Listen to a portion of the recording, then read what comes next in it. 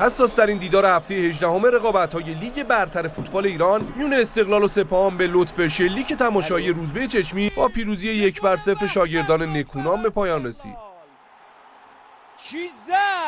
باور من اینه که خوب بازی کردیم، شانس داشتیم ولی موقعیت داشتیم ولی نتونستیم از موقعیتمون استفاده کنیم.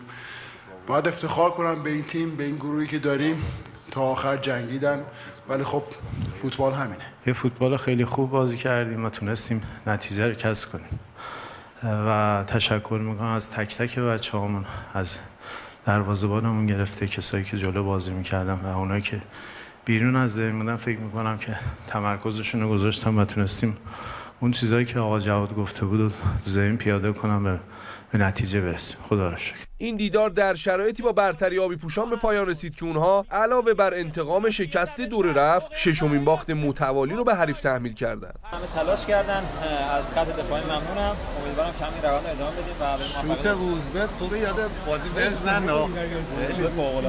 یه بازی خیلی مهمه، خدا رو شکر تونستیم ببریم.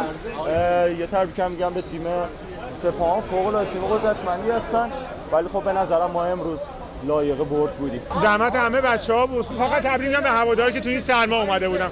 استقلال تیم خوبی، ان شاءالله قهرمان میشیم. گل روزبن گفت خیلی گل خوبی بود. امیدوارم از لحاظ روحی روانی بتونیم خودمون رو ریکاوری کنیم. ما بعد از این دو تا بازی هم که با الهلال داشتیم، اصلا ما عادت نداریم به بازی با بازی مثلا وی آر باشه که اون بازی. شما نگاه کنید اصلا ما تو لیگ برترمون اصلا وی آر نداریم.